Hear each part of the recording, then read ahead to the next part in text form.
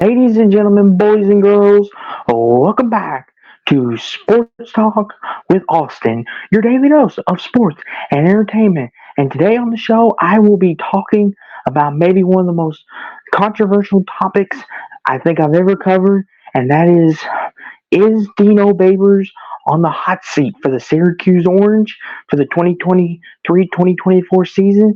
As I break it down and tell you why I think he should come back or why he shouldn't, give you all the details and everything else here on Sports Talk with Austin. So let's get into it.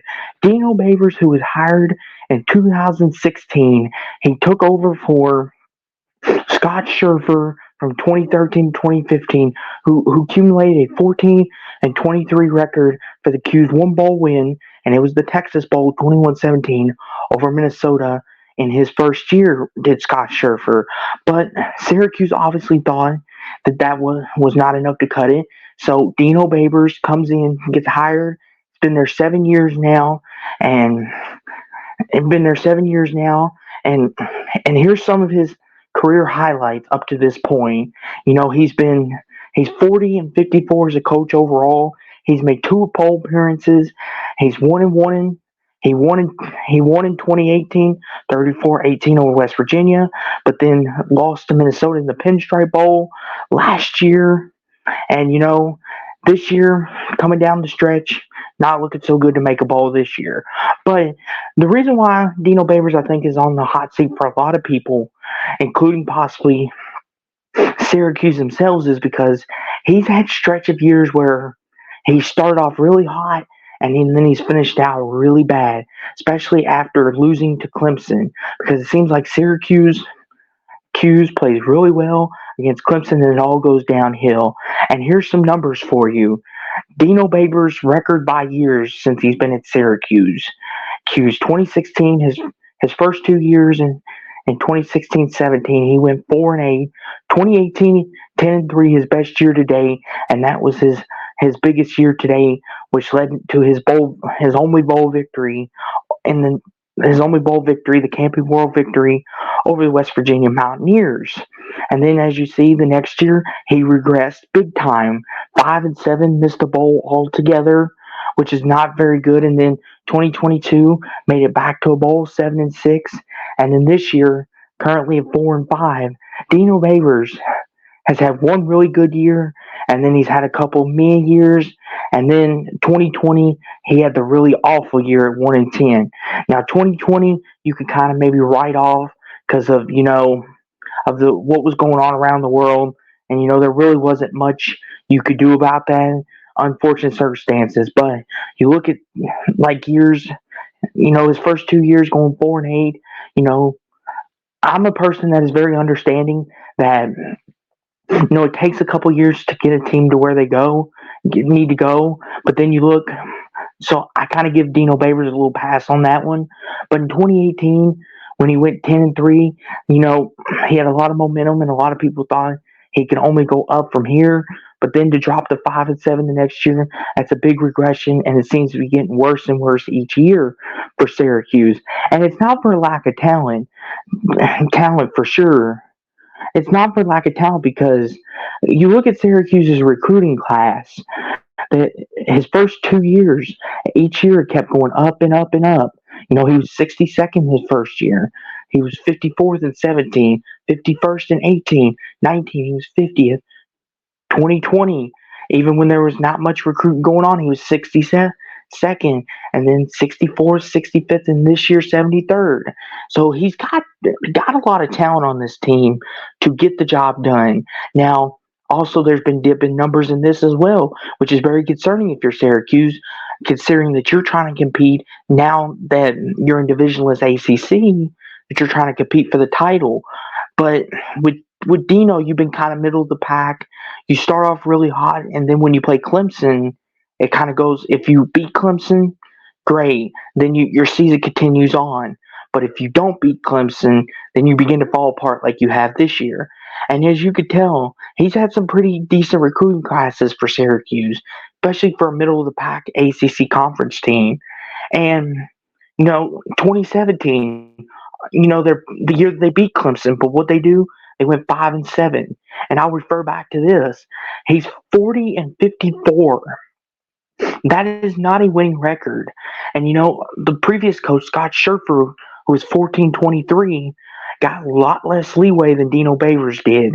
But Dino Babers has been here since 2016, and it seems like he's very up and down, but mostly down. And it's not for the lack of talent, as I just showed. And plus, he's made it to two bowls. But if you're Syracuse with guys like Garrett Schrader and all this great talent, and being a middle of the pack, you can't be losing to teams like Virginia Tech, who are you're a bit step above. And you can't just put all your eggs in one basket if you're Dino Babers.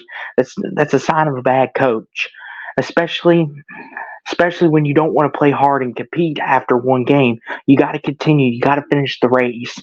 Now, I'm not saying Dino is a bad coach, but that is a sign of a bad coach that they put all the eggs in one basket, and if they don't win, it's season over. It's not very good. But as you can see, though, 40-54, two bowl appearances, and last year the Pinstripe Bowl, 38-22, a very good Minnesota team.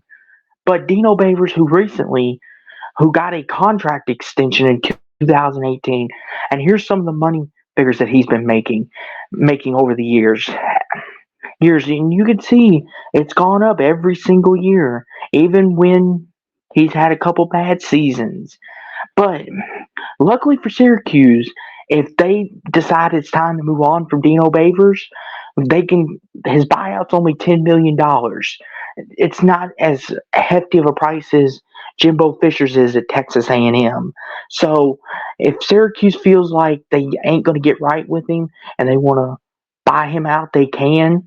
But at, but you also have to realize what coaches are on the market. And, is Dino Babers the best option? As you can see, he's getting paid royally, really well. And I'll give him credit for what he's done in Syracuse. Getting them to 10-3 was great.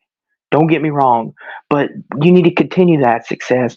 And as I showed you, as I dem- as I showed you, he went 5-7 the next year. You can't be doing all that. That's not winning football. That's not how you get your program back on track.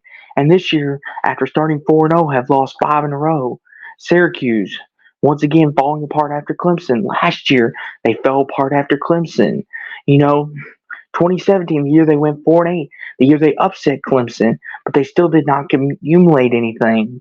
So it seems like it's a trend that Syracuse falls apart after Clemson. But as you could tell, they've had some good years, but along the way they've had some really bad years. And this year they're currently 4-5, and unless they make a bowl, it may be all but over for Dino. But like his salary states, 20, a $10 million buyout. You got to ask, is it worth it if you're Syracuse? I don't know, but in my opinion, it's Jimbo, who's got his big buyout, and Mel Tucker with his situation had a big buyout. All these coaches get big contracts, and then when you realize it doesn't work out, guess what? It backfires, and you have to pay them all that money. For Syracuse, they only got to pay him $10 million, which is not too bad. So you can get from out under Dino Babers, but looking at all the talent that he's brought in, these are not bad numbers considering who Syracuse is. I mean, each year, look at the first 4 years his first 4 years from 16 to 19, it kept getting better and better.